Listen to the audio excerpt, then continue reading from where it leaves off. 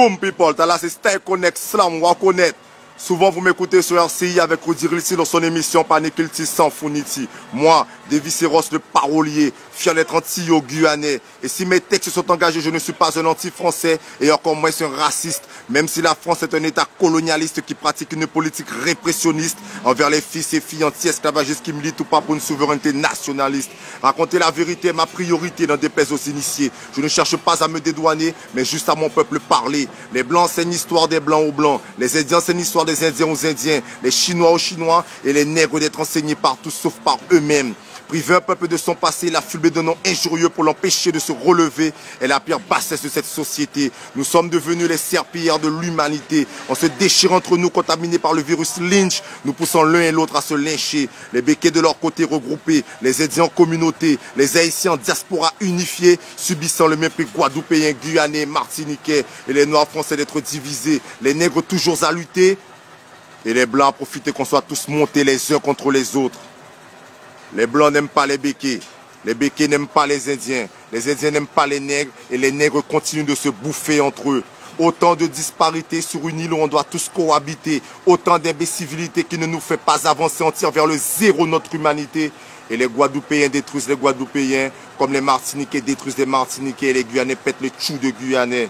Trop de jalousie, toujours à s'envier. Nous refusons que nos frères réussissent, traitons nos femmes de tous les noms pour leur ascension. Minimisons nos enfants qui connaissent le succès comme si nous devions valoriser la médiocrité. Tout le temps à critiquer sans jamais rien proposer. On se dit fier d'être ce qu'on est, mais qu'est-ce qu'on est? On n'a jamais d'argent, mais tout le temps à dépenser. On n'est jamais satisfait. On boit, on mange sans jamais être rassasié. On refuse de s'associer, mais on crée tout le temps des associations. Et pour s'amuser, le noir détruit ce que ses frères ont construit. On avance ensemble, l'un contre l'autre. On cherche à s'enrichir sur la misère du peuple, toujours présente à tous les programmes politiques, aussitôt balayés par l'après-médiatique. Les candidats sont devenus des gladiateurs qui se présentent en sauveurs. Ils cherchent à séduire les électeurs et après de se cacher comme des voleurs. Ils surfent sur nos propres erreurs. Leur programme ne pèse pas 1 gramme, car même s'il est fourni, voire trop fourni, il sera toujours plus léger que la tonne de problèmes qu'ils ont laissé s'accumuler. Le dégoût qui me touche est celui de mon incompréhension face à cette grandissante radicalisation des individus de ma société. Les cœurs se sont endurcis, la méchanceté généralisée, l'amour de nous s'est enfui, la compassion est devenue trahison. Les élus municipaux censés nous protéger ont choisi de nous opprimer. Interdiction au tigre de rougir, on tente de le museler sans coup férir. Les artistes hostiles au pouvoir sont mis à la rue comme des clochards. Les villes se vendent et nous vendent.